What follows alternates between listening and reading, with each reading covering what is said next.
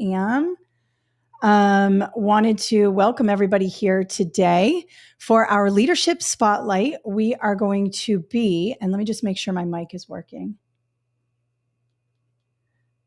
For our leadership spotlight. There we go. It is working. Just want to make sure my mic is working. So this is our leadership spotlight. We are going to be working on our resume and interview process for the leadership interview. And many of you, maybe you have already tried going through this and maybe you weren't successful, or maybe it's your first time going through this and you're not really sure what to do.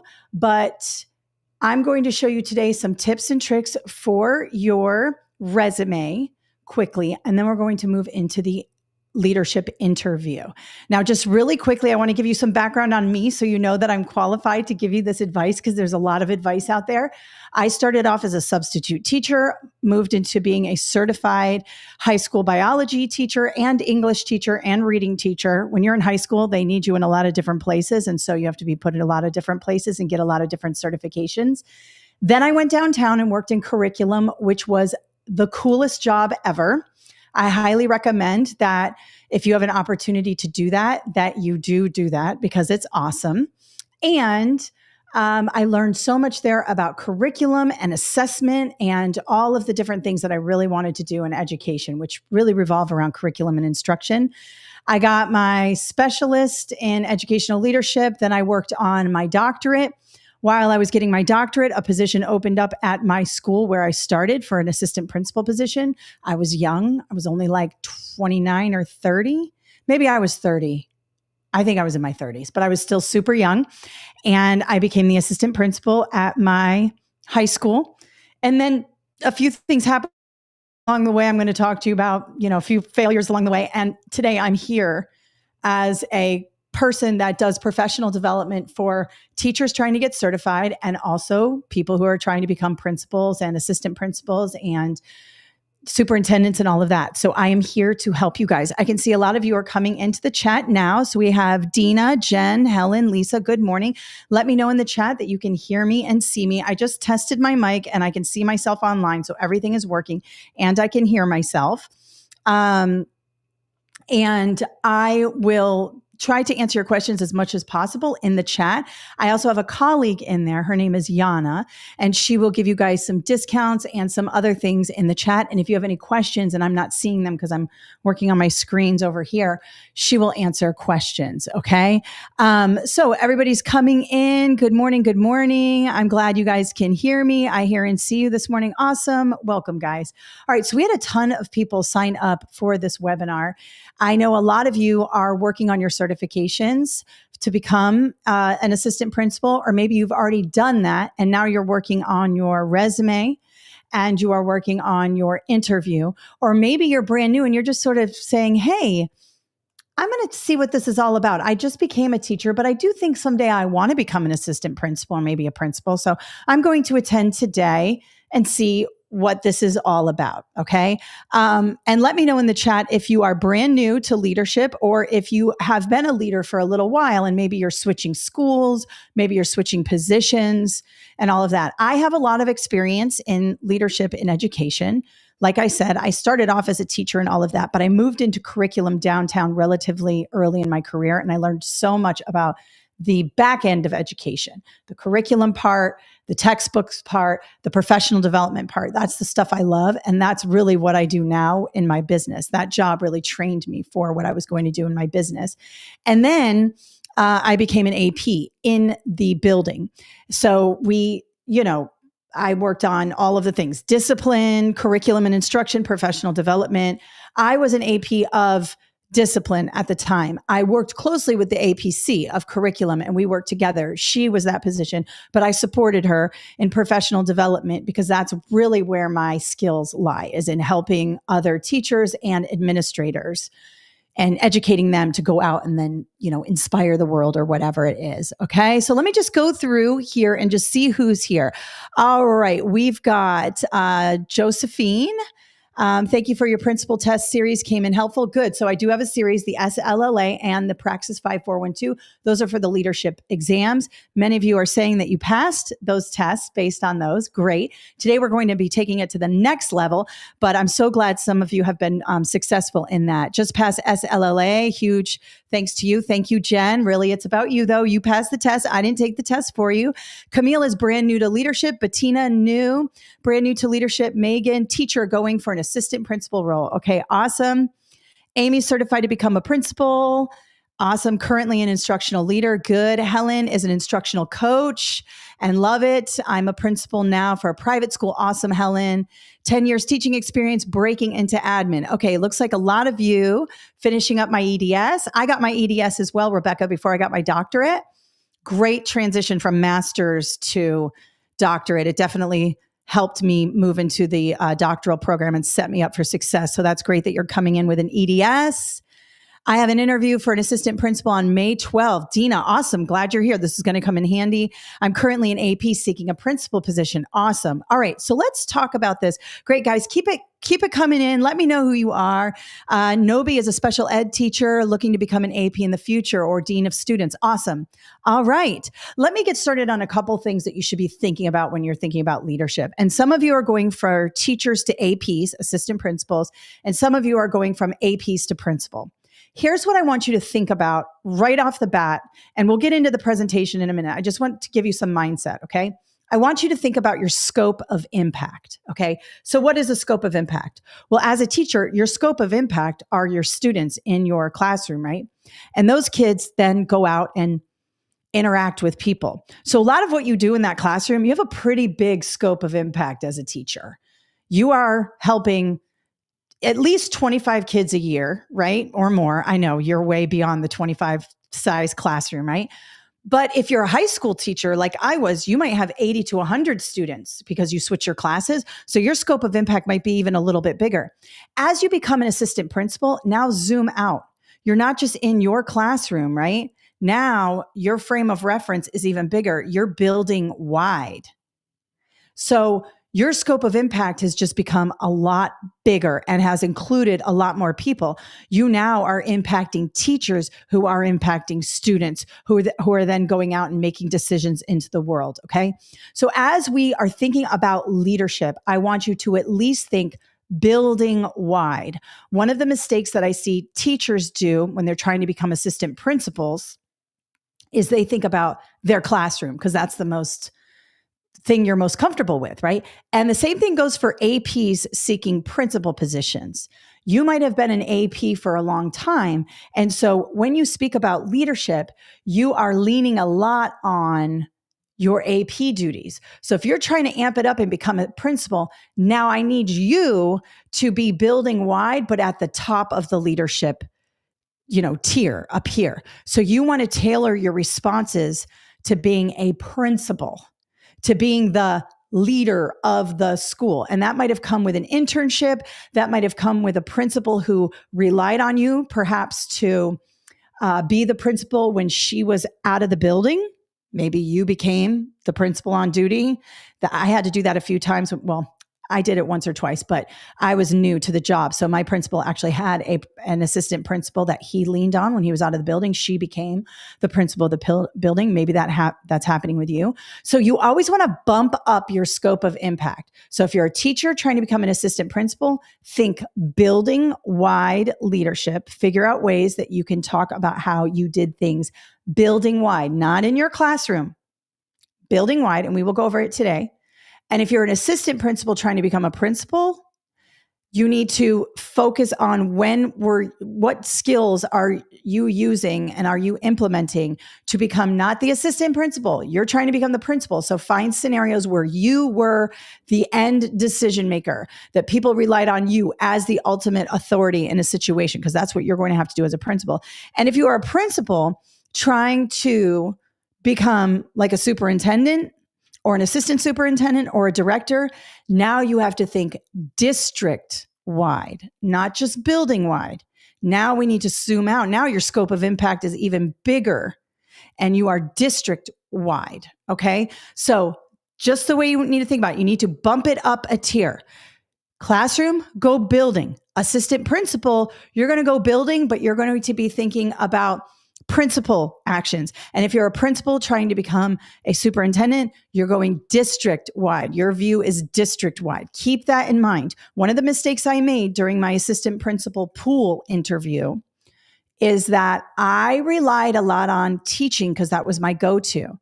And somebody luckily caught it right at the beginning when I started my assistant principal interviews and said, hey, you've got a lot of leadership experience. I need you to showcase that as a building administrator, not as a teacher. Because when you get nervous, you rely on what your go-to thing. Okay.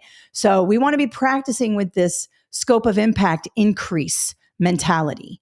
All right. And so really quickly, I want to break down the process that I went through. Many of you might be going through this as well. But in order to even be allowed to interview for assistant principal positions, I had to get accepted into the assistant principal pool. Now, let me know if you're trying to get into an assistant principal pool or if you are trying to get into the principal pool, because then there's a separate pool on top of that. So in order for me to even put my resume out there to schools that need an assistant principal, I had to be accepted into the assistant principal pool. This came with a very extensive writing task that I had to go to the district and write for several hours on different scenarios. A lot of that was similar to like the exam I took, but this was different. Also mirrored a lot of what I was doing in my doctoral program. And then I had to go in and be interviewed in 3 to 5 rooms with 4 or 5 assistant principals and principals sitting on those panels. And I'd go in one room and interview rapid fire, next room, interview rapid fire, next room, interview rapid fire. And at the end, they took the writing score and my interview score and combined them. And I made it into the pool.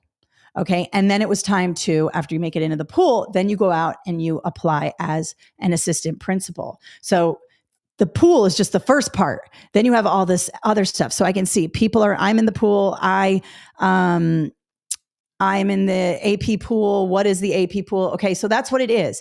It sort of filters out anybody who can't make it. Now listen to what I said to you. I had to first go into an assistant principal pool and it was rapid fire interviews and I had to write. This is a very competitive situation. Okay. You're not going to just waltz in and get the job. I feel like I need to prepare people for this. Becoming an educational leader is competitive. Now there are fewer jobs for a lot more people who want it. And it's the top, right? Now you might say, well, my assistant principal at my school, I can't believe she made it. And I can't believe this person made it. Well, guess what? You weren't in their interview. You only see them in one light. You're not seeing them in other lights. You may not understand everything that they went through. Everybody thinks they're an expert until they actually go through it themselves. And those of you who've gone through it, you get your butt kicked in some of these things. Mine was very rigorous and I started sweating through my suit. I'm usually pretty good at this kind of stuff. It kicked my butt. And you may not make it your first time. You may not make it your second time. You may not get the principal job, the first one you go for, or the assistant principal job, the first one you go for. We are now bumping it up. We are in a higher level of leadership, which means that you have to be ready to get kicked down a little bit. Also, people are not going to like you. They're going to go, why is she going for the assistant principal pool? She's not even that experienced. People are going to be rude and all of that. You have got to understand now you're in leadership. Now you have to block out the noise. Now you have to keep trying. Now you have to get knocked down. I have several friends who kept going. I left education, started my own company, but I have a friend who had been top tier AP, amazing job. She was so good. And she was passed over 3 or 4 times for a principalship. You know, these are jobs. It's political. It's who's in the running. It's what they've got going on, which principal talked to who. It's so much more than just your resume and interview. Okay. So just understand this is going to take some time and we're going to talk about all of that. Okay. All right. We don't have a pool in my district. Once you are certified in admin, you can start applying. Okay. Smaller districts are like that. In Florida, I'm from a very large district. And so they couldn't do that. There would be too many people just applying. There had to be a barrier to entry. And the assistant principal pool is a barrier to entry, which you got to climb over that barrier and work hard and then get in. Some districts are different, but either way, it's going to work out. if you keep going and keep refining. Okay. All right. So some of you need some help with the resume. I'm going to show you some quick tips here for the resume, and then we're going to get into the actual interview. Now you might say, oh, I already have a good resume. Okay, that's great. I'm going to show you some tricks with AI that you really need to understand. If you're not using AI already, you really should be, especially if you're going to be an educational leader. We are at the beginning stages of AI, like where we were in dial-up in 1992, 93. We are at the very beginning stages of AI, just like people learned these skills for the internet and Google and search and all of that early on. They became leaders in the space. I highly recommend you embrace artificial intelligence and have a look at how it can make you a better leader, and also how you can serve students, and also how you can integrate this into schools. We're not doing that question today. I'm going to use it just for resumes and leadership, but I'm going to model those tactics for you so you can kind of explore in your mind, how can I use this in my own job, in my own way? All right. So basically what I wanted to do is I went into ChatGPT, and we're starting off with resume. Let me go to my objectives. I always skip my objectives, even though I push objectives so much. Hang on. Let's go here. There we go. Okay. I am going to share my screen here. And so today's objectives are, we're going to develop or restructure your resume. So if you already have a resume, and if you already have like a assistant principal resume and you want to amp it up to a principal resume, or if you have a teacher resume and you want to amp it up to an assistant principal resume, there's some key things I want you to do. Then we're going to evaluate the framework of most interview questions. They all kind of fall under the same sort of framework. And really it mirrors the SLLA and the 5412 and the Feely and all the leadership tests. It follows the leadership standards. So the tests are aligned to the standards. Any principal worth her salt is going to ask you questions that are also aligned with those leadership standards, right? But you're going to be asked them in a lot of different ways. I don't know exactly what questions you're going to get, but we're going to have a look at the framework so it doesn't matter that you're prepared. 3, we're going to identify leadership experience and scenarios to fit most questions. So you might be asked 15 questions. Who knows? I mean, I don't know. You might be asked 3 questions. I'm going to show you how to take some of those staple positions that you worked in, either as an intern or as an assistant principal. For example, the main jobs I had as an AP, I was in charge of discipline for my part of the alphabet, and I worked with teachers and counselors and things like that. But I also helped with professional development. I did a lot around PLCs. We started PLCs in my school. We were actually the flagship school for the district. This was a long time ago. This was in 2012, 2011. So this was over 15 years ago. And of course, now everybody's doing PLCs, but at the time it was like a new thing. And so that professional development, PLCs, working with teachers, training teachers, was a big part of my base. And so I used a lot of that and adjusted it for all different types of questions. And I'm going to show you how to do that today.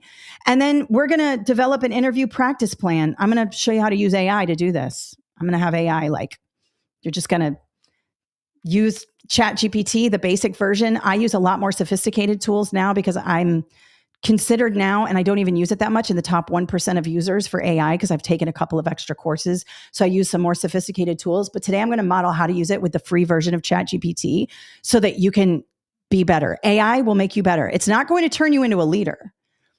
You're not going to be able to cheat your way into becoming a leader by using AI, right? And people think it's cheating. It's not. What it's going to do is it's going to zero in on some of your capabilities and the things that you do, and it's going to help you develop a plan on how to answer these questions. And I'm going to show you how to do that today, right? So let's quickly just look at the leadership framework, and then I'm going to get back into my presentation here. So it mirrors a lot of the test, right? And if you have my SLLA book, feel free to go back and look at it, because in there are all types of leadership scenarios. And if you can have a look at that book for your test and kind of go through each section and say, yeah, I've done this, or I've done something like it, and sort of think about it. Like, what have I done? Strategic leadership. When have I worked on a plan for my school, right? When have I sat in on a meeting with my principal and that we had like a new situation coming up? Maybe you want to implement PLCs. Maybe you want to implement a new discipline situation, way we do discipline. Maybe there's a new way that we want to structure the the day, right? Sometimes they tell us we got to have block scheduling. Sometimes they tell us we don't want to have block scheduling. How are we making that happen? Strategic leadership can be applied to all different types of scenarios. Of course, instructional leadership, we're talking about the classroom, closing the achievement gap. Climate and cultural leadership, we're talking about interacting with teachers, getting buy-in, making sure our culture is sound and our climate is not a hostile one, right? We want to make sure that we're inspiring people. Ethical leadership, maybe there was a time when a teacher did something and you had to sort of sit in on a meeting. Maybe, you did something where you documented a lot. Maybe there's a situation with a teacher and you took my advice or somebody else's advice, which I say document everything. And I mean everything. Have a daily journal on your computer where you document everything. It will come in handy. Trust me, there will be a time where you have to go back and look at your notes, and documenting everything is very important for ethical leadership. So just a little quick tip there. Organizational leadership. This is about the building, safety. Making sure kids are moving in and out of the building properly, making sure the bathrooms are clean, working with custodial staff. I love the custodial staff at my school. They were amazing. Those are your allies, the custodians, right? So I actually did a panel interview, and there were a bunch of custodians on that. And because I had worked with them and I had shown them a lot of love because they helped me so much as a building administrator, they gave me high points because the custodial staff is just as important as anybody else in that building, if not more important. Okay. And then of course, community engagement. How are we reaching out to parents, students, stakeholders, businesses? Your job as a building administrator is going to be to get out there and talk to communities, talk to other leaders in the community, talk to parents, show them the data, make it understandable for them so that they kind of know, hey, this is what our data shows this year. This is what we're doing at our school. Being able to communicate that mission and vision, all of that is really, really important. All right. So I want you to think of this framework. And here, when you go home, go, okay, strategic leadership. When have I ever come up with a plan with my principal? And map it out. Well, we wanted to redo the way the referrals were going, even if it's something minor, like we changed up the alphabet, right? I went from, we went from 2 assistant principals from alphabet A through M and then N through Z, and we added another AP. So we had to split that up. What was our plan? All that takes planning. If you were an intern and you did that, that's leadership. Now, if you're an assistant principal becoming a principal, I probably wouldn't use that example. That's an assistant principal example. I would probably use the example where you made the decision to hire a new assistant principal. Okay. So you bump it up a bit, right? But even the smaller things become very big, amazing examples. You want to get small. Listen, if you are applying as an AP, it's an entry-level position. I know that it is an upgrade, right? Or I wouldn't say, I hate to say upgrade from teaching, because some people just want to stay in the classroom, and I get that, right? It's not necessarily an upgrade in your day-to-day, but it's an upgrade in terms of the hierarchy, right? But you're going in as an entry-level person. You are not supposed to know how to solve every single problem in the world. It's about taking some of these small tasks you've been given. Maybe you helped the testing coordinator. Maybe you were the reading coach. Maybe you were the AP assistant. As an intern, you helped process referrals. Find those little nuggets and turn them into strategic leadership, instructional leadership. I'm going to show you how to do that today. But you don't have to have this, I solved the education crisis, because you're entry level. Go with your entry-level stuff. Now, there are a couple people in here who are trying to become principals. You're going to have to get a little bigger. You're going to have to get a little more up in what you're doing for the school, right? You're at the top now. So you're going to have, your scenarios are going to be a little bit different, but you're not a superintendent yet. You're not the commissioner of education. You're a principal at one school in one community. So get to those little nuggets where you thrived and start to think of your answers in these 6 terms, because you'll get a question. And listen, some of those things, for example, my PLC work in my school, I help teachers build and develop their PLCs. I help them, use the standards to align their instruction. I help them build common assessments. I train them on how to do this along with my team. That right there probably has 15 or 20 scenarios I could use Definitely buy-in, community engagement, working with stakeholders, working with teachers, right? Building a climate of buy-in to get the teachers to actually do the PLCs the way we wanted them to. Instructional leadership, the PLCs were all about closing the achievement gap because we were focused on the test specifications for the end of year exams through the state. So we were focusing on those standards and test specs and building common assessments to prepare our students. And of course, it was strategic leadership because it went along with the whole plan to increase reading and math scores, and also to, get the whole school working together. So notice that there are little nuggets inside that broader task that I can use here. You don't need 50 different leadership things that you did in your internship. You need 3 good ones, and you need to be able to adapt them for different questions and pull pieces out for different questions. That's what's going to save you.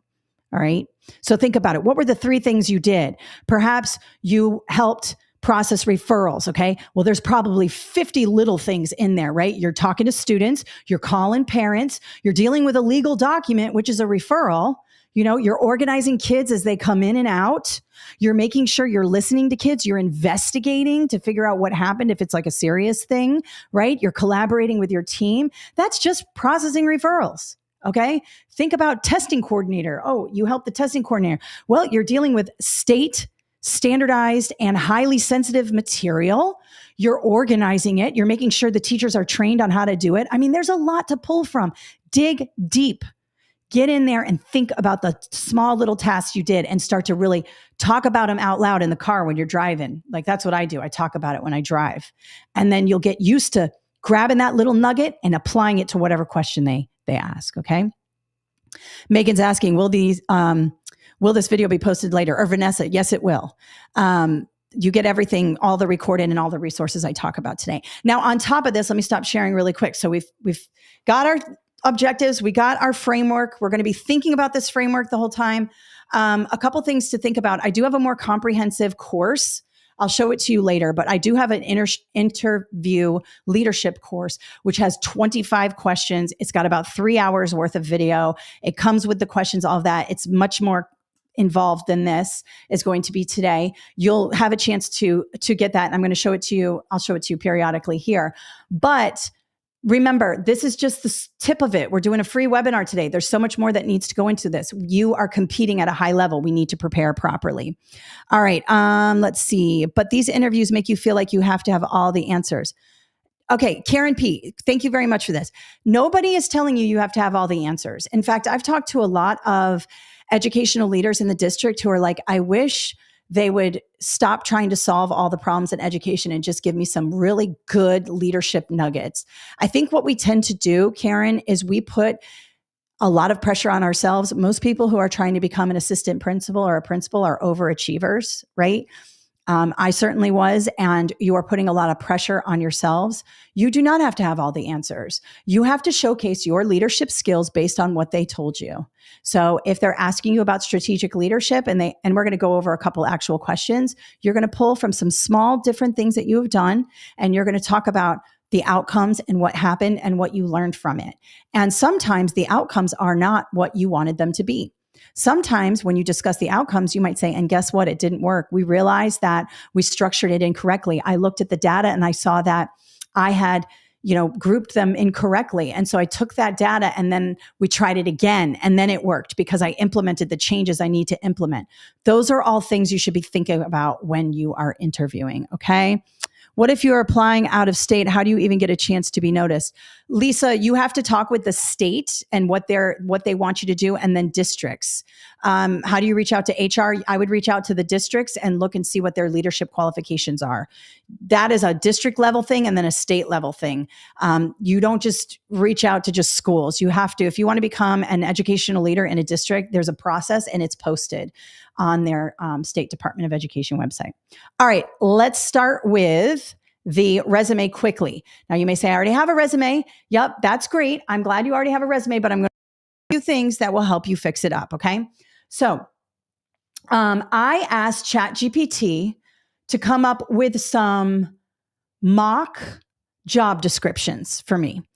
Now, you are probably applying either for the principal pool, assistant principal pool. Perhaps you're already in the pool and you already have a job description you're looking at on your district website. Okay. So let's say it's the assistant principal of administration or the assistant principal of student services. Would be discipline, or the assistant principal of, please hold, curriculum and instruction.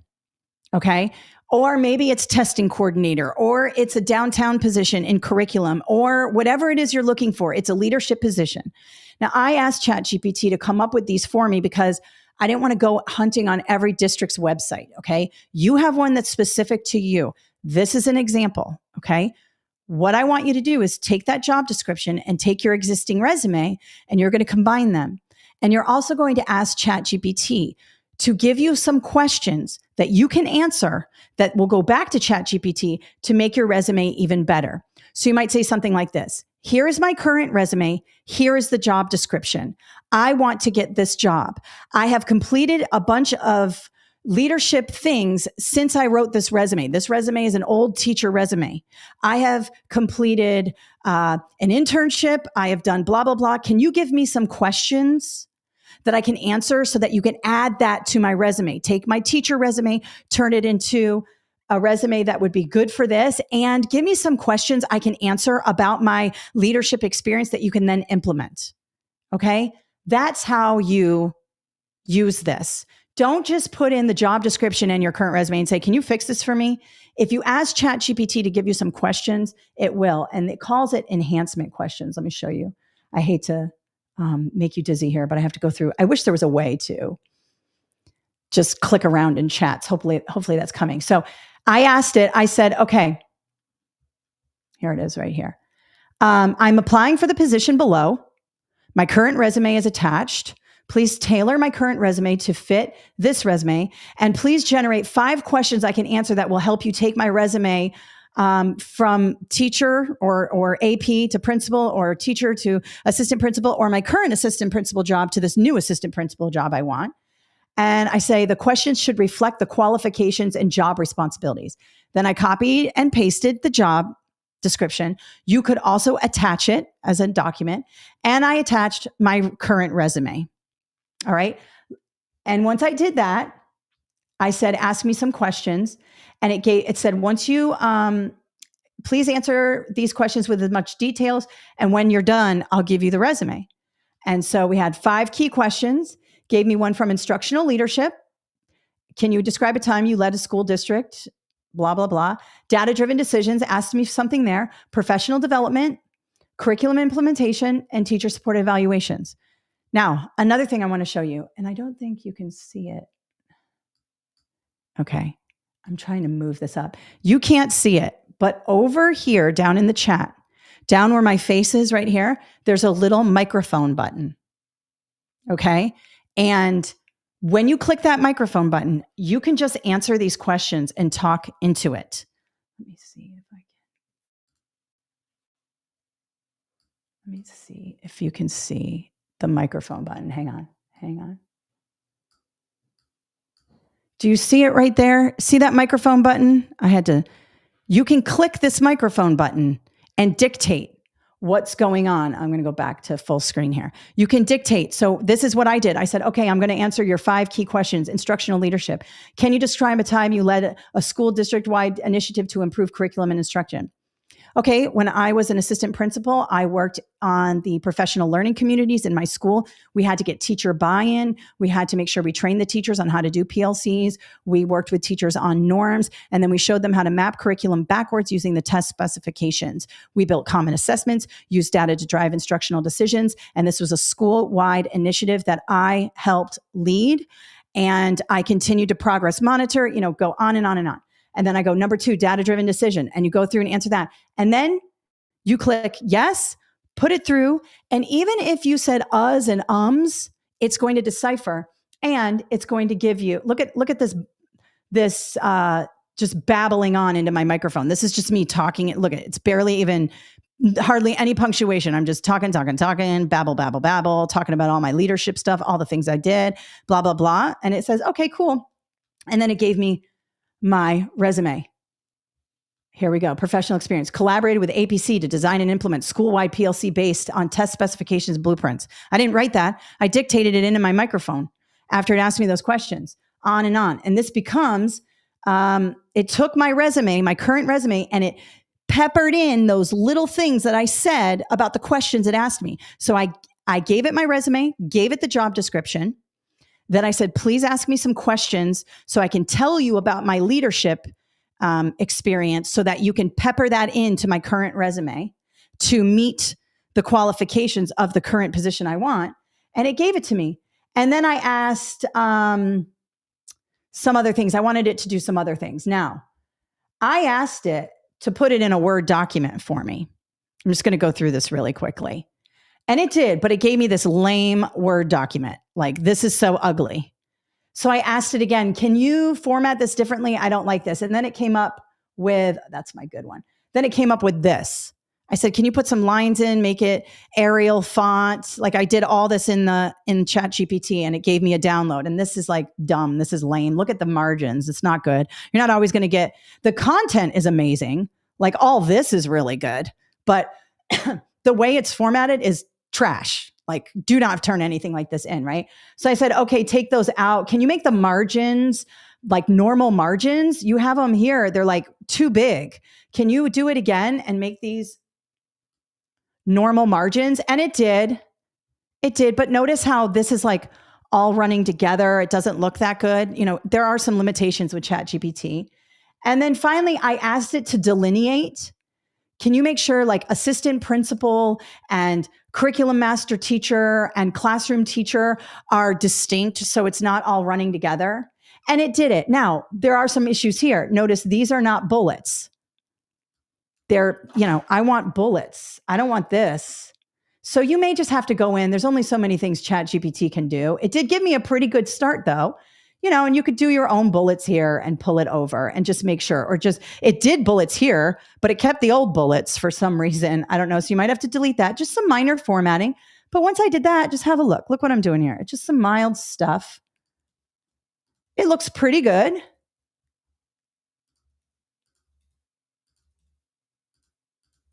And then these are all key skills. I like the key skills because it sort of wraps everything up.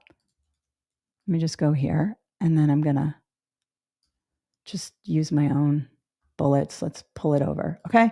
It's pretty good. This would totally be fine. PDF it and you're good to go. I don't know. I don't love this right here. So I was like, okay, let's sort of zhuzh it up a bit. And I asked it to use some tables and it didn't do very well. And so I'm like, all right, I'm going to make my certifications 2 columns. Probably to fit this, I'll probably just keep the doctorate of education, maybe the education specialist. I don't know, maybe just my master's and education specialist and doctorate. I don't know. I'm trying to, you know, we'll figure it out. And then I decided to take what it gave me here and turn it into my own thing here. And once I did, you can see how nice this looks now. I'm going to show you how to do this. This is all formatting, okay? But where the rubber meets the road is the content, all right? And this is what's important. However, you don't want it to be a hot mess. So what I did was I took, let me see here. Where is my table? I actually took, let me go file, new document. I took a new document and I inserted a table with 3 columns, a few extra things here. And I started to fill it in. Let me show you what this is.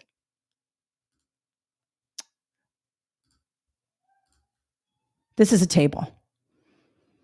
All right. And I'll send it to you so you can use it yourself. But all it is a table. And all I did was erase the borders over here. Okay. So we click on this and just erase all the borders. And you could leave it just like that.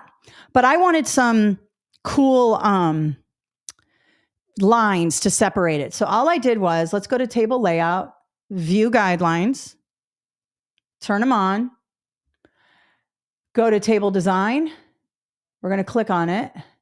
All right. Now with borders, I want to do the bottom border here. And I want to, actually, I want to paint it right here. See how now It is underlined here. Let's turn off the layout. You can see how I put the borders in there. You can do different things like that. What I did was, let me go back to here. No, we need no borders, no borders, no borders. Let's go back to no borders.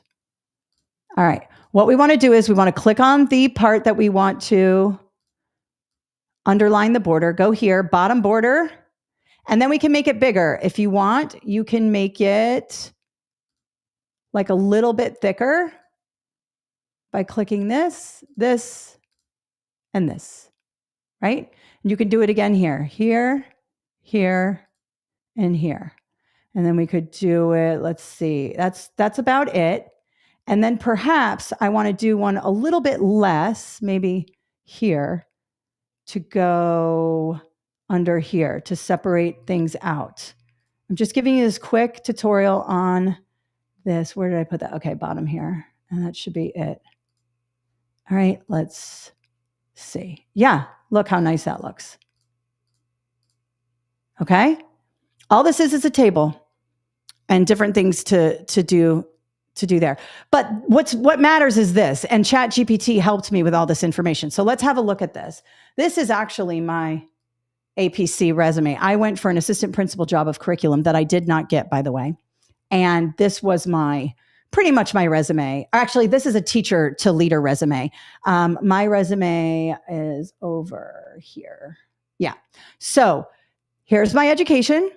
Professional teaching and leadership certifications. You don't need all this. You could probably get rid of it, although it is kind of nice to show them that you are, let me get off here, that you are certified in different areas. It doesn't hurt, right, to be certified in lots of different areas. And then you could see here, I use data to make building-wide decisions regarding curriculum development, student placement, support teachers for targeted professional development. You know, all those good words I talk about in my courses on the test, use them in your resume, right? Managed school-wide, again, showing that I'm a building-wide leader. We're not just in the classroom, we're now our scope of impact. Curriculum master teacher, again, district-wide. That was a district-wide situation. Develop valid and reliable assessments. This is all great right here for a assistant principal.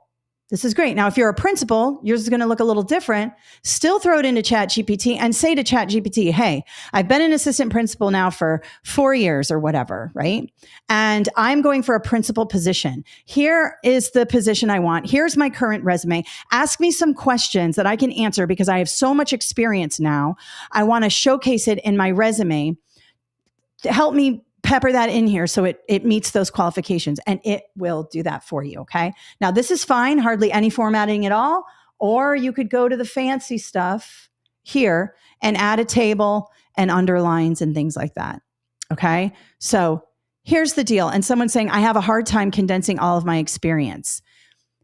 You want to focus on the most important things that are in that job description. I know you may want to put all of your teaching experience. Nobody wants to know about every little thing about your teaching experience, okay? We know you were a classroom teacher probably for a while and probably were very successful. I would do just one little section on that. Even if you were a middle school teacher at different middle schools for a long time, what I would say is middle school teacher, and I might list all the schools, and then I might make all these bullets the same because you're pretty much doing the same job over and over again as a teacher. Yes, there are some nuances, but for a resume, the resume is just for them to go, yeah, we need to give her an interview. It's during the interview that you showcase all your experience, not in the resume. Nobody wants a 5-page resume, okay? People are applying for and those of you who are already principals, chime in here. How do you feel when you are hiring teachers or looking for APs and you get a 5-page resume? I don't know about you, but I go, oh God, it just I don't like it because I'm getting 100 resumes. I have 30 people this week. I mean, and that's not exaggerating, 30 people to interview for a position this week. The last thing I want is a 5-page resume where somebody cannot knock down their expertise in just a few bullets. Ask ChatGPT to do it. Say, these experiences are really important to me, and I want to make sure that my resume shows that I have all this experience. Can you knock this down to 1 page by keeping the integrity of my experience? It will help you do that. Seriously, talk to it, ask it. It will help you, even the free version. Now, those of you who are using more complex bots and things like that, I'm building agents. I'm building a second Kathleen Jasper. I'm building my clone. That's an AI person because I need it to do all these tasks for me. So as you start using AI, you might upgrade to the paid version of ChatGPT because it makes your life amazing. But for now, you can do all of this in the free version of ChatGPT. And this is just scratching the surface. I'm actually building a course right now. It's on pre-order. You could pre-order it. It's AI for educators. It's only going to be like $39.99. And I think I discounted it again for new early birds. It's going to have everything in there on how you can use AI in different ways. And look what you did here. Look what we did in 5-10 minutes. It'd probably take you 20, 25 minutes to really get this going. But why are you writing your own resume? In the year of our Lord, 2025, there is no reason why you should not be using ChatGPT to help you with your resume. I mean, come on. Let's knock down. We're already so busy. Let's do this part. The interview now, you can't, ChatGPT is not going to do the interview for you, but it can help prepare you. And I'm going to show you how to do that. So this is the resume. Use AI. Go back and watch this video once it's posted again, and the sky's the limit here, okay? And please, try to get it to 1. I would go 1.5 pages if you wanted to. You can extend the margins. You can make the margins small. You can make your font smaller. But just understand that the principal and whoever's looking at these, they are busy people, and they do not want multiple pages of your resume. This is where they're looking. First of all, they want to know that you're certified in ed leadership. Just like if you're hiring a teacher, you need to know what the teacher is certified in, right? Then they're probably looking right here. Does she have any experience in curriculum? Has she done referrals? Yes, yes, yes. This is an entry-level position. Assistant principal. You are not a principal yet, okay? Ernesto, will the course target free AI or custom prompt engineering for leaders? It will have both. I'm going to start with the free AI, Ernesto, but I am doing a lot of work in building agents and assistants and advanced prompt engineering that I will pepper into the course. And there will probably be a part 2 and a part 3 and all that because I am so involved in AI now. I can't even contain myself of the way I want to tell you guys how to use this tool. But I'm just building the beginning course and then it will build on the rest. But it will be for brand new users, intermediate users, and those kind of moving into advanced. And then I'll do some more advanced classes. But that's a great question. Thank you, Ernesto. Can we get a sample of this resume? Lisa, yes, I'm going to send you all of this in a follow-up email. And if you're watching this in the future, you already have it. Okay? All right. So let me stop one more time. It took me a few conversations with ChatGPT to get the resume the way I wanted it, especially as an export. Now, it will put it beautifully inside the chat for you, but you have to then copy and paste it into Word. So what I did was I asked it, let me show you one more time. I'm going to show you what I did here. I literally asked it 100 times. Look at all these iterations I got. You see this? Crap, trash, okay. No, it went back to not doing very good. Sometimes it'll output things that aren't great. And then I said, you know what? I'm not going to sit here and keep talking to it. I'm going to go ahead and format it myself. But the content it gave me was really good. So let me show you what I did with that. Where is let's see. Oh, here he is. Okay. I have so many tabs open. This is the free version. When you do the paid version, you can actually organize this with folders. You can see I was doing a college prep essay. So I actually used free ChatGPT for that too, because I wanted to model to the students how to use ChatGPT without just being lame and copying from ChatGPT. I wanted to show them how to really research something and really get into it. So I use that. But today we're doing this one. Typically, if you have the paid version, even the very cheap paid version, you can organize these in folders. So you go back into the chat and really quick, I'll just do this one more thing and we'll go to the interview in just a second.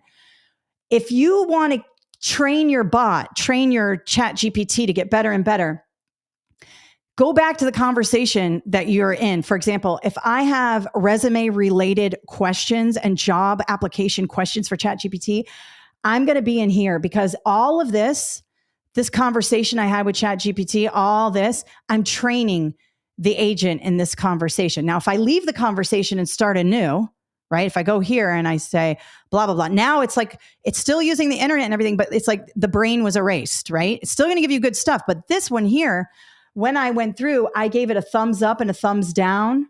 Actually, this one they gave me the job descriptions, and I'm going to give this to you. I asked it to take all the fake job descriptions it gave me and put it into a PDF, and it did. And I'll send this to you guys as well. It gave me assistant principal of curriculum, student services, and administration operations. And I just took those for the purpose of this today. And these were the job descriptions I used to write my resume and do what I just showed you with my resume. Okay. I'll give you all this. Don't worry. Yana is going to put in the email. Don't worry. All this is great. But as I do this, I'm training my bot. Every time I give it a thumbs up, or if I say, hey, that was okay, but can you, like with the export a word, you can see download Jade Doe leadership corrected. This is like the 5th one I did. I'm like, hey, I don't like that. Hey, can you do it again? Hey, see, here's another one. You got to keep prodding it. Or you say, hey, this is good, and give it a thumbs up, and it'll know you liked it. You're training the brain. And every time you go back to this conversation, it'll pull from what you guys talked about. If you start over, it's starting over, which is fine. Okay. All right, Tamika, this information is extremely helpful. Recently underwent an AP interview with my district superintendent. He gave me very similar feedback concerning my resume to implement for future inquiries because of the potential he saw in me. That's amazing. This solidifies his feedback for me. Yes, Tamika, the fact that he took the time to give you that kind of feedback, I mean, a lot of people are busy. And your biggest feedback is probably going to be, and it's what I got during my AP pool interview, I need you to be a building-wide administrator. You sound like a great teacher, they said to me. I got so nervous after they said this to me. After somebody pulled me aside and said it, and it completely freaked me out, but I collected myself and went into the next room and applied what the person said, but I was sweating through my suit. I was so, oh my God. And I made it, but barely, I think. I made it through the pool, and then I had to go on.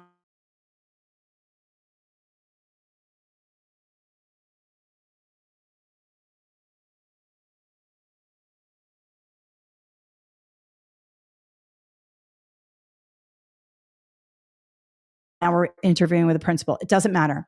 I want you, again, to think about those core things that you are so good about, that you are so passionate about, that you can talk about for days. I do not want you to talk about them for days because we don't want to ramble, but I want you to be so into it that if you're asked it from a student perspective, instructional leadership perspective, a building-wide administrator perspective, we will be able to do that. And I'm going to show you how to with a sample. Some people are saying I cut out, but I don't know. Maybe I didn't cut out. I don't think so. I think everybody's internet is different. Mine seems to be going just fine. Okay. Lisa, should you be writing a letter of interest once you have applied for the position? Yes, Lisa, you can have ChatGPT do that as well. You could say, based on this job description and my resume, can you write me a quick 2 paragraphs, please. No multiple pages of an intent letter. Nobody's going to read it. A nice succinct email that you send to the principal or whatever the qualifications are. Okay. Maybe you need to send it to the principal. Maybe you need to send it to the district, whatever yours is. Ask ChatGPT to generate that for you and let it know what you want, right? What you want to come across as. Okay. And it will. All right. All right. All right. So let's keep it moving on the interview. We've got our framework. Let me share real quick. Let me share my screen. Hang on. Let me get my right screen here. I've got a million things going on. There we go. Share. Okay. So we've got our framework. I want you to think about that. The next thing I want you to think about is the STAR method. Now, some of you, there we go. Some of you have already done this before. I want you to be careful because while I'm giving you a framework to sort of use as you answer questions to keep you from rambling, I don't want you to sound like a robot either. I don't want you to be like, the situation was, the task was, the action I took was, the result was. Like, it becomes too robotic. And I've heard from, I'm friends with a lot of instructional leaders because I've been doing this business a long time. And I hear from people at the district level, and I also hear people at the school level say, hey, when they do their interviews, first of all, they're trying to solve every problem in education. We need it to be an entry-level position. And secondly, they either ramble on, or they're using this formulaic method where they sound too robotic. Okay. And this is really, really important. So what I want you to think about, whatever question they ask you, I want you to think about the situation. What is the situation? Just outline it. We had a lot of referrals happening at the schools. We had a lot of kids getting written up, and we weren't really sure what was going on. Okay. Task. My principal asked me to have a look at the referral data and break it down, disaggregate the data. This is data driven. And see if I could find any patterns, okay? And develop a little presentation for the principal so that we could look it over at the next leadership meeting, right? Action. I went in, I pulled all the data from the discipline referral database or whatever. I noticed some themes. I noticed some trends. I highlighted those, put them all in a presentation. And the result was, at the next leadership meeting, we went over the data and were able to come up with a plan. Now, notice my response there. Did I solve the referral crisis? Did I solve the problem in education with student behavior? Did I make every teacher a wizard at classroom management? No, I did not. I had one small task that was for sure leadership. I was asked by the principal to generate a data report. That is leadership, and that is enough of a task. That's what these leaders at the district want to hear. These little nuanced things that you are able to compile data for your principal. Now, if you're a principal, here's the next step up, right? If you're trying to become a principal now, maybe it was that you, as the seasoned AP who's about to become a principal, you gave this to a new assistant principal. So you might say, we had a lot of referrals coming in. We weren't sure what was going on. I was really busy with some other things happening around the school. So I thought this would be a really good task for one of our new assistant principals who was just itching for some new leadership opportunities. So I met with this new assistant principal and we went through what we were trying to do. And so there's a situation. The task was, I developed a plan for this new assistant principal to go in and pull that data and have her look at it, disaggregate it. I reviewed it before she presented it to the principal just to make sure everything was there. And I tasked her with this. And she ended up building a great presentation after a couple of iterations and feedback from me. And the result was we had a lot of really good data to go on and move on to next steps, which was how to address some of these spikes in behavior issues. And you might go in even further. If you're becoming a principal, you might say, we noticed that a lot of it was happening in a reading class. And we had a brand new reading teacher in there, and she didn't have a lot of classroom management experience. We saw that a bunch was happening in art classes as well, whatever the data showed, right? And you may talk about it a little bit, but that is enough right there. You do not need to solve every problem in education. Now, the result might work towards your favor. Something like compiling data for the principal, hopefully the result is good, that you were able to compile data. That's the least of what you should be able to do at this entry-level position, right? But if it's something bigger, like let's say you're going for a principal job, and maybe your whole thing was you're implementing a new reading program on campus. This is much bigger, right? This is someone who has got a lot more experience. And you get the curriculum, you do the training, you train the teachers and blah, blah, blah. And you look at the data and you see it's not working, right? So the result in this initial action was not great. You can communicate that. You can say, we looked at the data and we noticed it really wasn't making a difference. So I disaggregated it down and worked with my colleague to figure out what was going on. And we realized that we didn't train teachers in this one piece. They had gotten the overall training, but they didn't get this like little nuanced training. And I thought that was holding them behind. So I did some follow-up data analysis by just talking to the teachers and seeing how comfortable they were with that. And we realized that they weren't comfortable at all and they needed initial training. So I was able to use that failure, or somewhat of a failure, and the data around it to build a follow-up, a better plan. That is continuous improvement. That is using data to make instructional decisions. So notice that it doesn't always have to be a perfect scenario at the end. In fact, strengths-based tasks or strengths-based situations where you got kicked down, where it didn't work, and you were able to go back and look, that's part of being resilient. And you know from your SLLA 6990 and your Praxis 5412 and whatever leadership exam you're taking, resiliency those are questions on the exam to see what happens when you get knocked down. What do? You use data to, move back up. And so that is really, really important. All right. So let's take it to a question here. All right. Let's just take it to a very general question. You might be asked something this general, or you might be asked something more specific. I don't know what questions you're going to be asked. I have sat on a lot of assistant principal pool committees where we interviewed the assistant principals.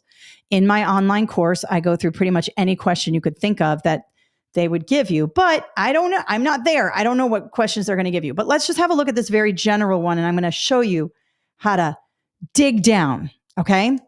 So it says, tell us about a time when you developed and implemented a strategic plan. What steps did you take and what were the outcomes?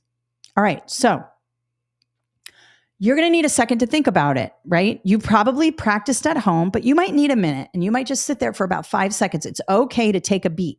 Don't sit there for a minute because that's awkward, but you can sit there for a second and just think about it for 1, 2, 3, 4, 5, and then go. If you're like me, incredibly long-winded, if you haven't noticed by this webinar, you're going to start talking.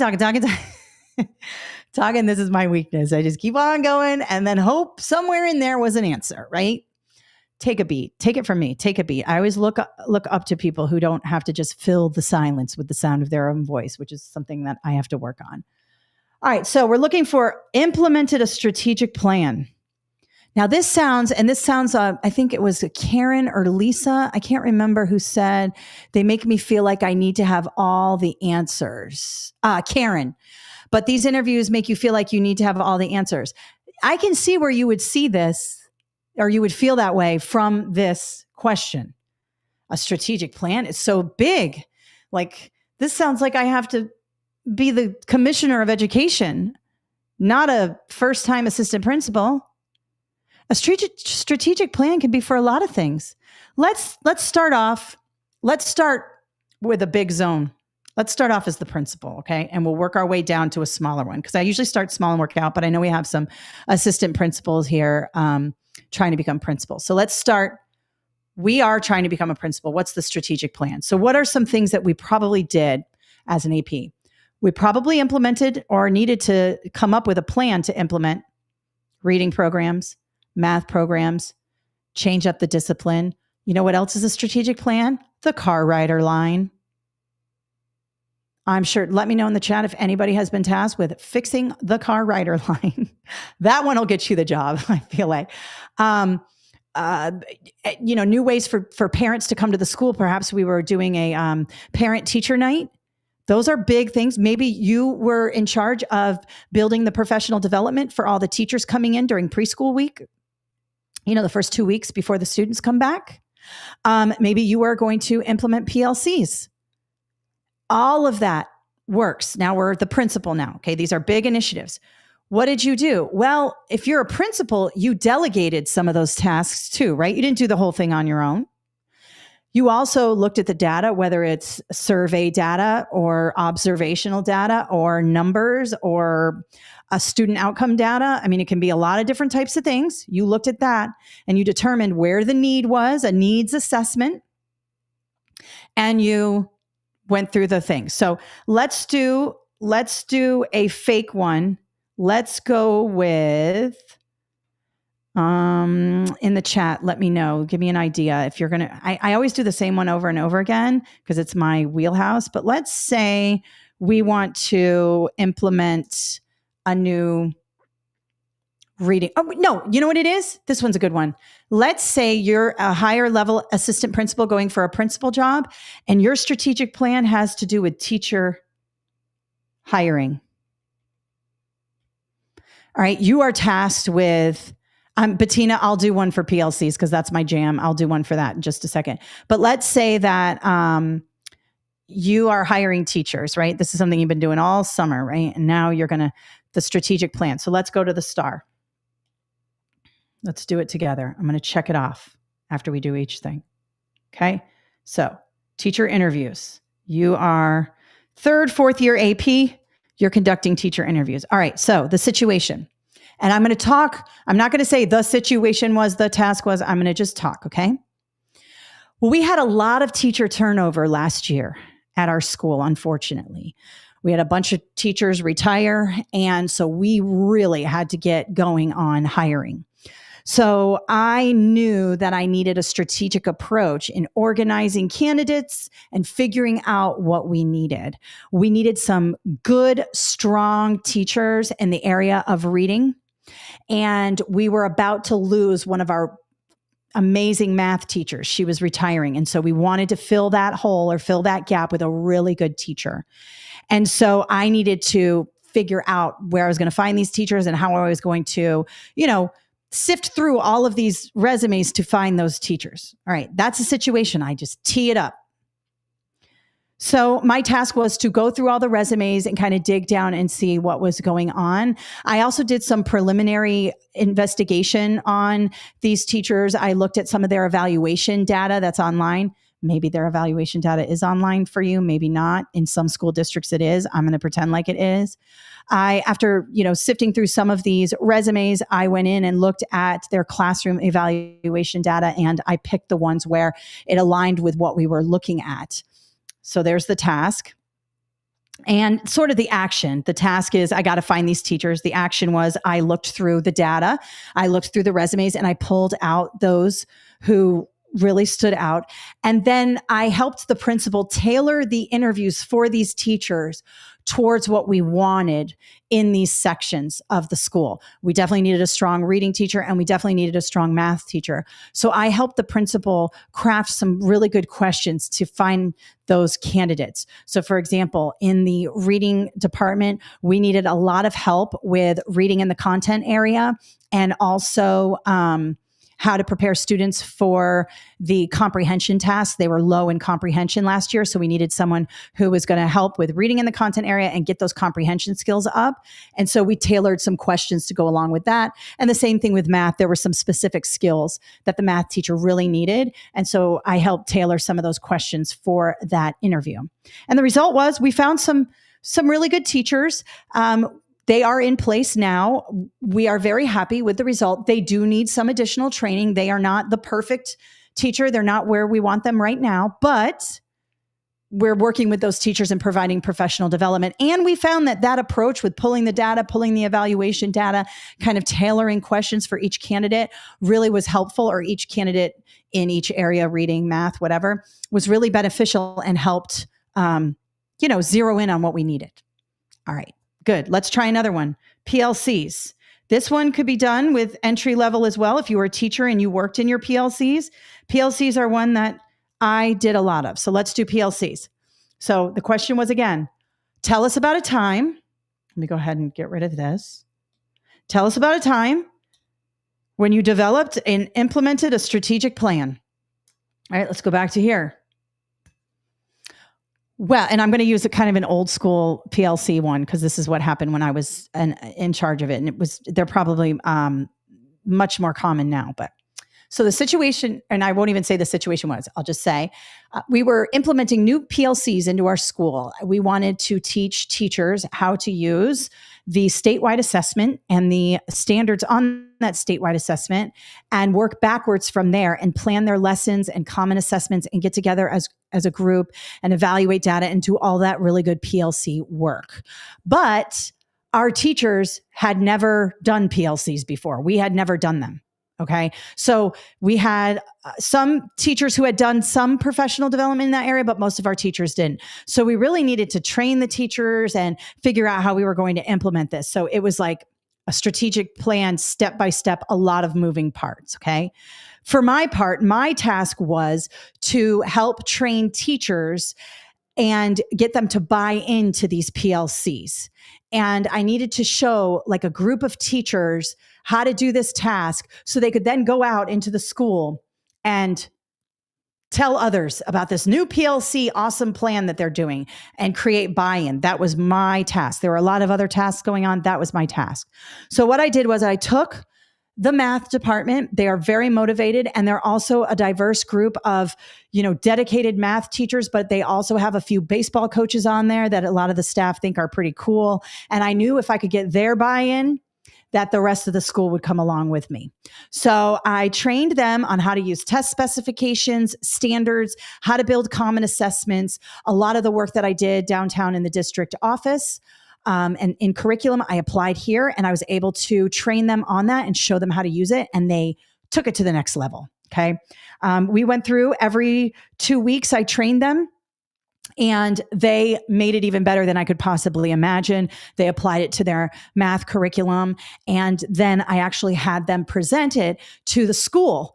It would have gone over much differently had I presented it as the assistant principal, but I had them implement it or present it as fellow teachers. And everybody in the faculty meeting were very interested when these teachers presented it. And the result was that we had a lot of buy-in from the teachers, and we were able to move forward with our PLC plan. Now, there was so much more that happened in our PLCs that I could go on for days, but this initial task of implementing the PLCs, my portion of it, my strategic portion, was to get teacher buy-in. And so in order to do that, I worked on this with these math teachers. Notice it was a piece of the strategic plan. It wasn't the whole PLC, because later I'm probably going to use some more information from that PLC situation, right? If I that was probably a strategic leadership, a strategic plan, maybe instructional leadership. They might ask me something about how do you close the achievement gap? Well, we are currently using PLCs to work backwards from the test specs and the standards to build common assessments in our PLCs. I help teachers build common assessments, evaluate the data to close the achievement gap. We do this every week. I have data chats with teachers, and we talk about ways in which we can implement these programs, and the result has been really beneficial. Students' scores are going up, teachers are feeling more empowered, blah, blah, blah. Okay? And again, you can use this, all right? Now, a couple of you are asking a few other things. I would like to hear about getting more parental involvement. And Ernesto says, to what extent can I use previous experience in my responses? You should be using all your previous experiences in your responses. That's the point, but you have to tailor it. I have been in my current school for 7 months. My goal was to listen, observe, learn. My previous school, I was there for 10 years and have more examples. Yes, you can tailor all of this, but it needs to be building wide. If you're predominantly in your classroom, maybe you are the department head. Maybe you led some PLCs school-wide. Use that. Maybe your strategic plan is about making sure that your department meetings are really impactful. Maybe the problem is, maybe the situation is that department meetings had become stagnant and people weren't really excited about them and we weren't really talking about much. When I became department head, I realized I had to make these meetings much better. My task was to focus our department meetings on student achievement, teaching strategies. Maybe you're a science teacher, maybe equipment renewal, maybe it's a textbook committee, whatever it is. You can talk about it in that way, but it needs to be building wide. It cannot be just in your classroom with your students. Whatever situation, task, action, result you use should be building wide, no matter how small. Were you on a committee for a textbook adoption? Were you on a committee for curriculum adoption? Have you been a department head? Have you been a coach? Have you run a fundraiser? That's a big leadership situation, a fundraiser. All of that works here. I talk about it a lot more in my leadership interview course. We go over a lot more, but all of these small little tasks will help you. with this. Okay. Let's talk about getting more parental involvement. I don't know what the situation is at your school, but 9 times out of 10, it has to do with parent teacher conferences, also parent nights. So maybe we had low attendance for our parent nights and we realized that we had to do something to get parents in the building. Maybe, parents just didn't have time. Maybe it was the time of day. So my task was to evaluate why we didn't have a lot of parent involvement and to present it to my principal and come up with a few suggestions. So what I did was I looked over and talked with some teachers about previous parent nights. I sent out a survey to parents. How likely are they to attend parent night? And what would keep them from attending parent night? So just a quick survey. That's also communication with parents. Based on the results, I saw that a lot of it had to do with the fact that our parents were very busy and that they had so much going on and they had to get, dinner on the table, whatever it was, right? And so I knew that I had to present an incentive for parents to make it a priority. First thing I noticed was the announcement to parent night was too close to the date. We really need to give parents enough time to plan. And we made parent night, instead of starting at 5, we made it start at 6:30 so that they could be completely done with work, go home and change and come in. And the other thing was we didn't make it too long. We made it from 6:30 to 7:30, 1 hour. Okay. Because we knew parents were tired and exhausted. So that was my action. Another thing I decided to do was provide food, lots of really good food from the local bakery. Once we provided food, people would have, more incentive to come. And the result was, we had more people attend the parent night, which is great. It wasn't at the level I wanted. I would have liked to have seen more. Okay. But we're moving in the right direction. And so I'm going to send out another survey next year and ask them how they like some of the things we implemented. And I'm going to maybe amp it up, maybe get even better food next year and try to get more people in the door. That is one way to talk about parent involvement, or perhaps it's something smaller than that. You're a department head and you want to just get parents into the science night that you have, or you want parents to participate in parent teacher conferences. How do you get them in the door? You can talk about that. But notice it's a piece. It's not the whole shebang. It's a piece. If you're a coach, maybe the situation is you need funding for some new uniforms. All right. And, there's no money. There's no money. Okay. So what do you have to do? You have to fundraise. So what did you do? The situation is we need new uniforms where there's no money in the coffers. I'm a brand new coach. I see that the bank account is at 0. How am I going to get money in there? All right. Task. My task was to get community leaders, business owners, parents involved. I decided the best way to do this was to put on a 5K run or a car wash or a bake sale or something big like a golf tournament. Some of you guys, you coaches, you've done golf tournaments. I mean, a golf tournament, that's huge. A fundraiser, break that thing down, man. Fundraisers are a lot. If you're a principal already or you're an assistant principal already trying to get Target to sponsor your school, that's a big one. Start thinking about these things. You're doing this, okay? Grab that. If you're a coach, you have several ways in which you need parents to buy in. You need money. You need budgets. You need kids to show up. Figure out what you did to make that happen and put it into this situation, task, action, result, and make it like a conversation. Don't make it too robotic. All right? Now, for our leadership interview framework, and again, you are going to get this at the end. You're going to get this in your email. But let's just have a look at some examples. Can you envision a plan for the future with strategic thinking? Now, this is big, but the future of what? The future of discipline at your school. What would you like to see? I would like to see fewer referrals. I would like to see kids in their classrooms and not in ISS. Okay? I would like to see fewer out of school suspensions. What can I do to make that happen? Okay? Project management. How did you organize the complex initiatives? All right. Maybe you enlisted help from somebody else. Maybe you made a committee. Maybe you used AI. I mean, whatever it is, how did you organize? Leadership ability. Can you mobilize others? This is the buy-in.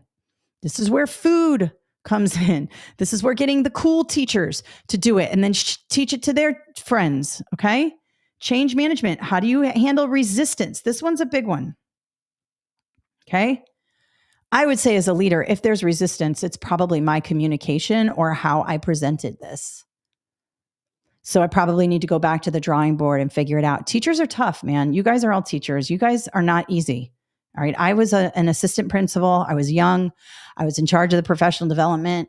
Teachers made it tough on me, because they don't want to do extra things. I mean, who can blame them?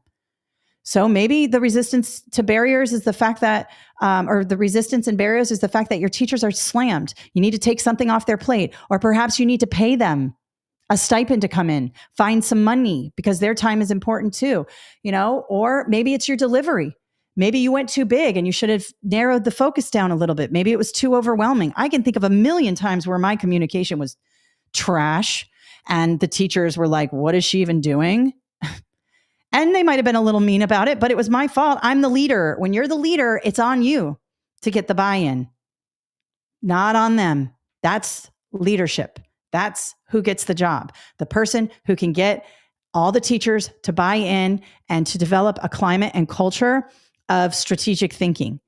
It's not the person who, says, these teachers just don't want to do anything, or these students just don't want to do anything. That is not leadership.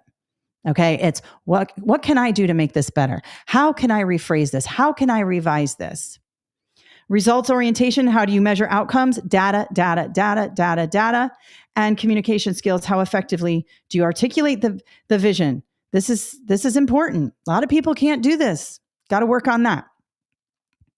Lisa, going back to your interview process, I have taken tests while in the process of applying for a position. They give you 45 seconds to answer.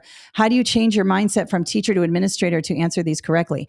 Okay, so what I would start doing is I would start listing down, just like I said, all of the leadership tasks you have done, no matter how small. Department head, coaching, helping, shadowing, whatever it is, get them written down and find little nuances in there where you are doing these things. Remember, it's an entry-level position. So talk about when you processed referrals. Talk about when you helped with the car rider line. Talk about when you were a coach and had to reach out to parents. Talk about when you were the department head. Now, if you're assistant principal going for a principal position, talk about when you made, drastic changes to the referral process upstairs and you worked with your colleagues to make that happen. Talk about a time you delegated very complex tasks to several other assistant principals, and then you managed all those people. That's a principal job. Okay. If you're a principal trying to become a superintendent, now let's move out, right? Talk about the time where the district gave you a directive and you worked with other principals to perhaps pool resources and figure things out. Now we're out district wide. Think about that. Even if it's small, remember, because if you're becoming a principal or becoming an assistant superintendent or superintendent, you're not there yet, right? You're not the superintendent yet. So your examples, it's not an entry level position, but you're entering the position. You haven't been there for 100 years, right? So you may just pull some of those district-wide leadership opportunities that you've had or school-wide leadership opportunities that affect the district.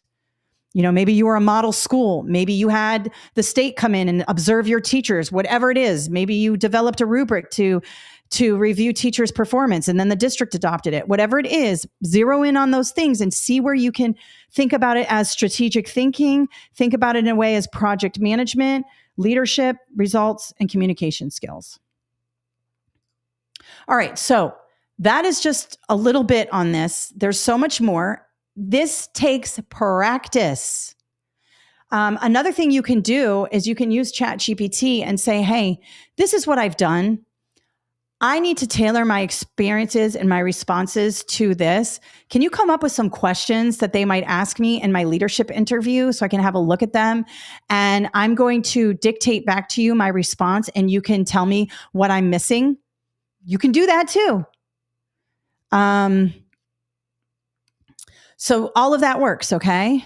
Do any of your courses give teachers continuing education credit? No, we don't work with the state to give you any credits. It's just personal professional development, okay? How do I transition to AP? I'm 36 credits into a PhD. You have to make sure you're getting certified in leadership. So make sure your PhD is an educational leadership PhD, or it should be an EDD or a master's in educational leadership. And then you have to make sure you're doing your internships and everything that you're doing in the School of Education at the leadership level. And then you usually enter a leadership pool, and then they will start to, help you pull from there. Any advice on questions to ask them at the end of the interview? Oh my God, I hate that. You have any questions for us? Here's my go-to every time. What does an exemplary leader look like to you? Like, what can I do, in your opinion, to be the best leader? As a brand new leader, let's pretend you're going for an assistant principal job. You're sitting down with the principal or the panel. If they ask you what questions do you have, you might say, this is going to be a brand new job for me. What do you think I should do to be the best leader I can be right now? What advice do you have for me since you've done this for so long? Not what should I do for the interview? How do I get the job? No. What in your mind constitutes a really good educational leader? Or what advice do you have for me as someone who's entering this field? What can I do to make sure I'm impacting change? That's a really good way to do it. Just one question. Don't sit there for 5 hours and ask them a million questions, because then they're going to get annoyed. It's like, okay, one question. I would ask that. What does an amazing leader look like to you? What would you focus on? Or you could ask something like, people love to talk about themselves, and especially like you sort of blow smoke up people's rear ends when you say, wow, you've been doing this so long. Do you have any advice for me? And not just say like any advice for me, maybe say something like, as someone entering this position, what would you focus on? Like, give them not just advice, give them something that they can zero in on. Any advice for me is kind of lame. Any advice for me entering this position? What should I focus on? Or what are some things you would do differently if you were coming in now? Just something like that. And don't make it super complicated. Don't try to show off. Like, I know a lot of you guys have. I have a doctorate too. Okay. Tone it down. You're interviewing with a principal who is, or a leadership team. They all have doctorates too. Like, ask for advice. Be humble while also showcasing your skills. Try not to lead too hard on some of the accomplishments in terms of PhDs and EDDs and EDSs. I know it's important. I love the fact that I have mine. It's great. But asking for advice, showing that you're still coachable, showing that you still love to learn about new leadership tactics, that you're staying ahead of the research. These types of things are really important as we come through. So pull from there. Is it okay to ask, what are some goals you have for your building in the upcoming school year? Sure, Megan, that's a good one. That's a good one. You just be careful you don't put them on the spot. Like, what are your reading goals for this year? And it's like, you could just say, what are some things you might want to reframe it? Like, what are some goals you have for the upcoming year, and how do you want the assistant principal to help you get there? Something like that, where it's like you're helping them. So it's like, or what do you want your assistant principal to do to help you meet your goals? Like, what are some things you're really looking for? Something like that. But yes, definitely, Megan, that's a good question to ask. Principals love to talk about their schools. Okay. It's time, like they spend all their time at the school. It's time away from their kids. It's time away from their husbands, their families. The school is like their second child. They love to talk about their school. So you can even ask about it. Like, wow, I saw all this reading stuff on your board. I see all this like cool stuff around reading. Like, what are you guys doing? You could even ask that. Like, oh, that's such a cool thing. Or maybe it's an art school. Like, how do you maintain participation in the arts? Like, what are you looking for in teachers? Get them talking about their school, and then the heat's off you. Okay. All right. Now let me show you where you can get some more resources for this. First of all, you're going to use ChatGPT. You're going to try to use it, all of that. Secondly, let me show you the course. This is what the course looks like. You can see I have strategic leadership, instructional leadership, climate and cultural leadership, ethical leadership, organizational leadership, and community and engagement. I have it all broken up in the different things, all the different questions. there's a download. You can download all of the questions I go through. And I believe there's like 25 of them here, all different scenarios. I go through different ways in which you can answer them. We even have a wrap up section, tips and tricks on that. Ways in which you can showcase your organizational leadership, climate and culture, everything. It's all here in this course. There are several hours of video. You can also use this as an audio course. Like I love auditory learning. I love podcasts. You can just plug this in your headphones and go walking. You don't have to watch me do the video. You can just play it in your headphones and it works really well there. And you can get that when you go to my website under online courses, school leadership, and you can grab that information here. And we have a discount code for you. If you've attended this webinar, you can use the discount code. Also, let me show you where you can get some free resources. Of course, on my YouTube channel, I have a leadership playlist. Go here. And oh my God, I have so many playlists. Anyways, we will link it up. Oh, how to get an assistant principal position. That's a playlist. I think I've got a few other playlists around this. I think I consolidated it all into this playlist. We will share this with you. This is soup to nuts, what to do. I also have a school leadership playlist here, so we'll help you with that. And then beyond that, TikTok. I'm on TikTok. I'm on Facebook. I'm everywhere. TikTok, I've done a lot of micro learning here. I really love TikTok. I'm doing some live sessions and things like that there. And so that's what I'm doing. Now, listen, this is not a straight shot to the top. And I give this advice all the time, and I don't take this advice. Okay. I want what I want when I want it, and that is now. And many of you are the same way. You want an assistant principal job. You've worked hard. You've gotten your master's or you've gotten your doctorate, and you want the job now, and you deserve it. There's a lot that goes on in getting these jobs. Sometimes it's political. Sometimes it's whatever. I'll just end with a quick story here. Well, two quick stories, actually. I went for an assistant principal of curriculum job at I was my third year of being an assistant principal. I wanted that job. I already did all the PLC work, all the curriculum work. I was getting my doctorate. I was so knowledgeable. I was on fire. I wanted that assistant principal of curriculum job. I did not want to do discipline anymore. And my resume was perfecto. I went in, I had the best interview. I had been an assistant principal already for a little while, and I knew APC was the next step to principal. And I eventually wanted to be principal. So I did the discipline. I was done with it. I wanted to be an assistant principal of curriculum. Well, I didn't get the job. The job was already slated for somebody who was at that school, but they were interviewing it for it anyways, which happens, right?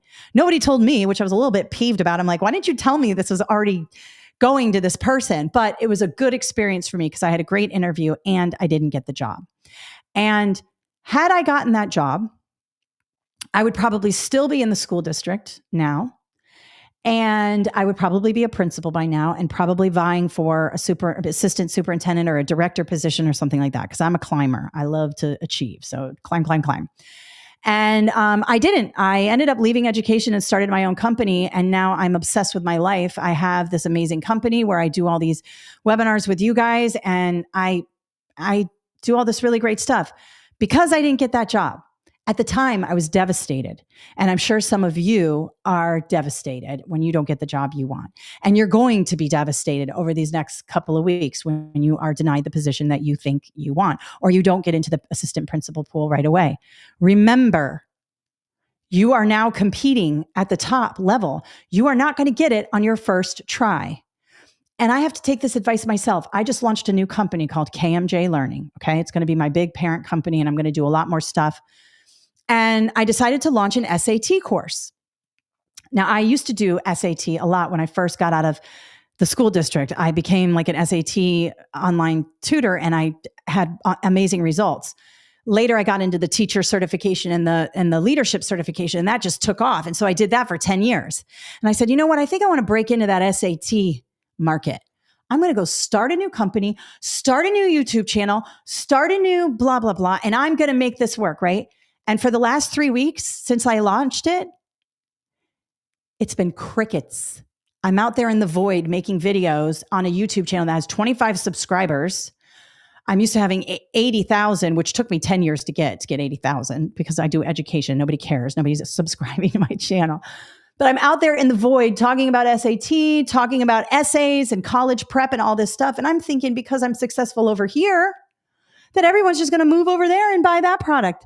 No. And I'm getting knocked down and it's okay, right? But I have to take my own advice. It's not a straight shot to the top. I have to go back and work through this. We have a great website for it, KMJ Learning, lots of good SAT videos. All this stuff is happening, but it's going to take a minute before it gets noticed, before somebody picks it up. We made one sale, which I'm back to the way it was when I made my first sale ever as an entrepreneur, and it was somebody I didn't know bought the product. That just happened, and we got our first sale for SAT prep in this new company that I have. And it was like I was back 10 years again, making my first sale. You are going to go through this iteration of you, right? You're very seasoned as an assistant principal. Everybody respects you, right? Now you're going to go be a principal. Well, you might not get the first one you choose. My mother applied for principalships for like 5 or 6 years, and she was way more qualified than anyone else, and she didn't get it. Every year I watched her buy a new suit and go in and get rejected again and again. I have friends who came up through the principal pool, and they have been working to become a principal, and every year they're getting rejected, and they have to go back to being an assistant principal. And they keep putting on their shoes, and they keep doing the work. That's what you have to do. And you have to understand that you have work to do. We all have work to do. Like, I have a lot of work to do, So just remember that. You're not going to get the first job you apply for, and this is an entry-level position, and you're going to stumble. Use the stuff I give you, get better, get some feedback, try again. I promise you, if you don't give up, you'll make it. You just can't give up. That's what I'm telling myself in business too. It's all the same. So be on the lookout. Oh, one other thing. Shoot, I should have told you this. We are doing an AI for Educators course. I'm doing a free webinar on May 24th for AI for Educators. And it's going to have a bunch of things. It'll have a little resume stuff in it, but I've already done that. It's going to be mainly like how to use AI in our field and how to teach teachers how to use it with their students, and also like avoid some of this stuff that people are feeling about AI. I have the whole course. I'm working on it. It's available for pre-order now. We will link it in the email. Shoot, you know what? I need that link. Hang on. I'm going to link it up. I got to AI for Educators. I want to make sure that you guys have it in the chat real quick. There it is. AI made easy. Nope, that's the new webinar. Here it is. Nope, I can't believe I don't have the link to it. Let's go to products. Sorry. One more time. Give me 1 second. I just want to find this link for you. I'm doing a whole course on it. It is available for pre-order now, and you can grab it for pre-order. It will show up in our learning management system. And you can go into it. You just won't be able to do it until May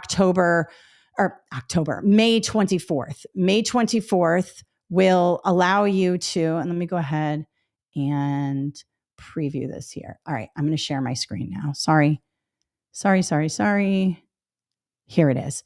We reduced it to $39.99 here, and you can use the offer code that we are giving you today as well to take more off. It's an early bird special. Okay. Now, when you get pulled in, you'll be able to see everything here, but you can say it launches May 24th. So if you buy it and you go into it, come back May 24th, and everything will be in there. I'm still building it, but it is available for purchase, and it will be done on May 24th. And I am having a webinar on May 24th. Let me go to that, see if that is up. Let me go here. Free webinars. Let me go down here.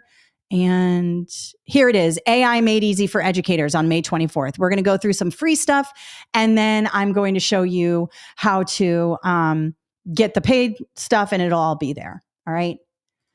Okay. So a lot of things coming up. We've got my next webinar is for teachers, resume and interview. After that, AI for Educators. We'll link everything up in the email, and don't forget the offer code that we have in the chat and out there in the universe. Okay. Tyler, thank you so much. Wonderful information and your words of encouragement. Thank you, Tyler. Amy, you are very admirable. Thank you. I'm not so admirable. I've made a lot of mistakes. Thank you for sharing your knowledge and continue to grow. Awesome, Amy. And then Kendall, 2 years ago, you helped me so much. Landing my AP job. Awesome. Now 2 years later, principal. Kendall. So you got your AP job and now you're going for principal. Yes. Yes. Scope of impact. You're going to be impacting so many people. Like every time you move up, you're imparting like all this stuff on people. So remember that. Okay. All right, guys, listen, great webinar. I love this stuff. I'm going to go now. You should go relax. You did enough. Be on the lookout for that email and the new resources that we have for you. And don't forget the offer code, and I'll talk to you later. Check the email for all the handouts too. I'm going to give you all the stuff we talked about today. Okay. All right. Bye.